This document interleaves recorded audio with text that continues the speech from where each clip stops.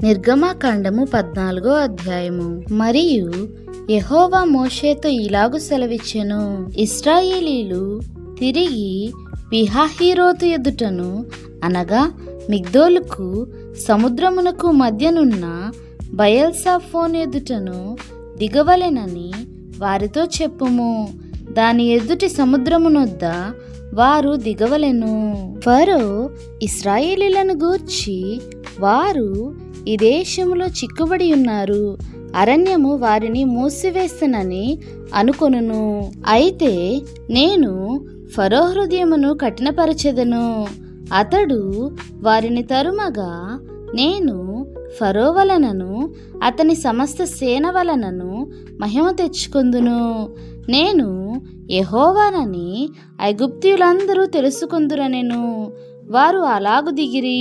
ప్రజలు పారిపోయినట్టు ఐగుప్తు రాజునకు తెలుపబడినప్పుడు ఫరో హృదయమును అతని సేవకుల హృదయమును ప్రజలకు విరోధముగా త్రిప్పబడి, మనమెందుకు ఇలాగు చేసితిమి, మన సేవలో నుండకుండా ఇశ్రాయేలీలను ఎందుకు పోనిచ్చితిమి అని చెప్పుకొనిరి. అంతటా అతడు తన రథమును సిద్ధపరచుకొని తన జనమును తనతో కూడా తీసుకొని పోయెను. మరియు అతడు శ్రేష్టమైన 600 రథములను, ఐగుప్తు రథములనన్నిటినీ, వాటిలో ప్రతి దాని మీద అధిపతులను తోడుకొని పోయెను. యెహోవా ఐగుప్తు రాజైన ఫరో హృదయమును కఠినపరపగా అతడు ఇశ్రాయేలీలను తరిమెను. అట్లు ఇశ్రాయేలీలు బలిమి చేత బయలు వెళ్ళుచుండిరి. ఐగుప్తీయులు అనగా ఫరో రథముల గుర్రములన్నీయు, అతని గుర్రపు రౌతులు, అతని దండును వారిని తరిమి బయల్సాఫోను ఎదుటనున్న పిహహీరోతునకు సమీపమైన సముద్రము దగ్గర వారు దిగియుండగా వారిని కలుసుకొనిరి.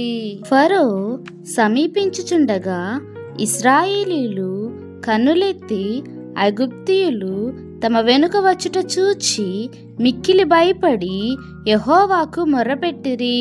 అంతటా వారు మోషేతో, ఐగుప్తులో సమాధులు లేవని ఈ అరణ్యంలో చచ్చుటకు మమ్మను రప్పించితివా? మమ్మును ఐగుప్తులో నుండి బయటకు రప్పించి మమ్మును ఇట్లు చేయునేలా? మా జోలికి రావద్దు, ఐగుప్తీయులకు దాసులమగుదమని ఐగుప్తులో మేము నీతో చెప్పిన మాట ఇదే కదా. మేము ఈ అరణ్యమందు చచ్చుట కంటే ఐగుప్తీయులకు దాసులమగుటయే మేలని చెప్పిరి. అందుకు మోషే, భయపడకుడి, యెహోవా మీకు నేడు కలుగజేయు రక్షణను మీరు ఊరక నిలుచుండి చూడుడి. మీరు నేడు చూచిన ఐగుప్తీయులను ఇక మీదట మరి ఎన్నడూను చూడరు. యెహోవా మీ పక్షమున యుద్ధము చేయును, మీరు ఊరకయే ఉండవలెనని ప్రజలతో చెప్పెను.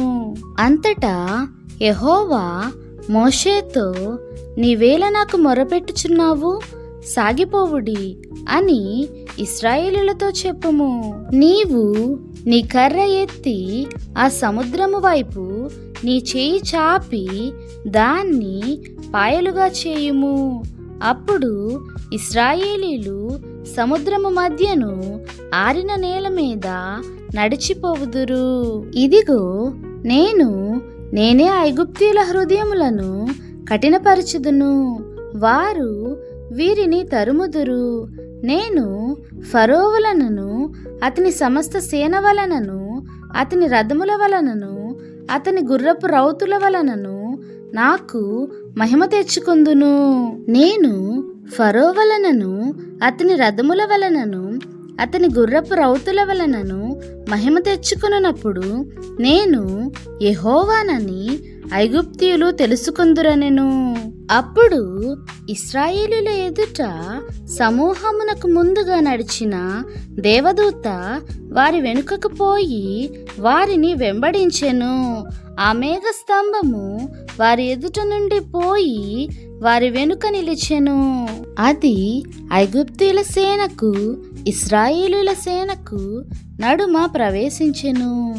అది మేఘము గనుక వారికి చీకటి కలిగెను గాని రాత్రి అది వీరికి వెలిగిచ్చెను గనుక ఆ రాత్రి అంతయు ఐగుప్తీయుల సేన ఇశ్రాయేలీయులను సమీపింపలేదు. మోషే సముద్రము వైపు తన చేయి చాపగా యెహోవా ఆ రాత్రి అంతయు బలమైన తూర్పుగాలి చేత సముద్రమును తొలగించి దానిని ఆరిన నేలగా చేసెను. నీళ్లు విభజింపబడగా ఇశ్రాయేలీయులు సముద్రము మధ్యను ఆరిన నేల మీద నడిచిపోయిరి. ఆ నీళ్లు వారి కుడి ఎడమ ప్రక్కలను వారికి గొడవలే నుండెను.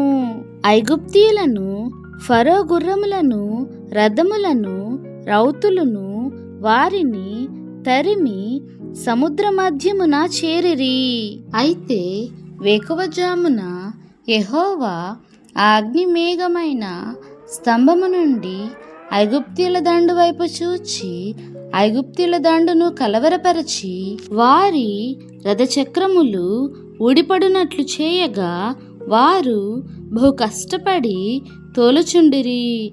అప్పుడు ఐగుప్తీయులు ఇశ్రాయేలీయుల ఎదుట నుండి పారిపోదము రండి, యెహోవా వారి పక్షమున మనతో యుద్ధము చేయుచున్నాడని చెప్పుకొనిరి.